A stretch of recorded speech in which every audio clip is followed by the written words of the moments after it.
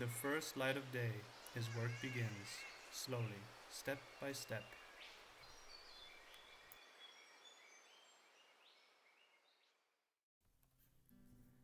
For generations, the Carabao has worked beside farmers in the Philippines, not as a symbol, but as strength. The soil is heavy, the mud gives way, but only reluctantly.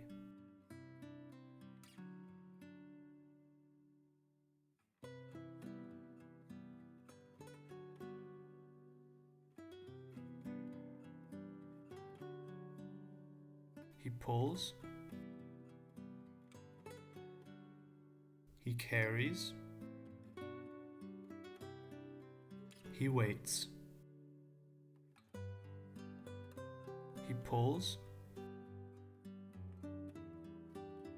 he carries,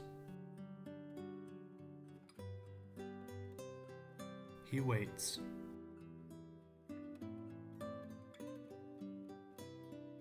His rhythm sets the pace of the field.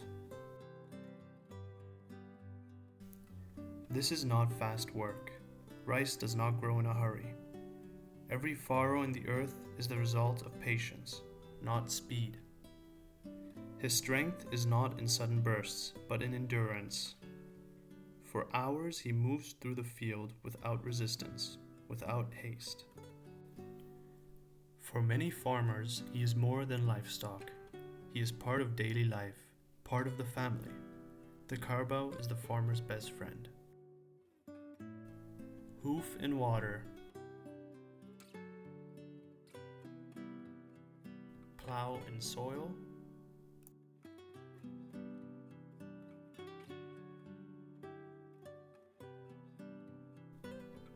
Breath in the morning air.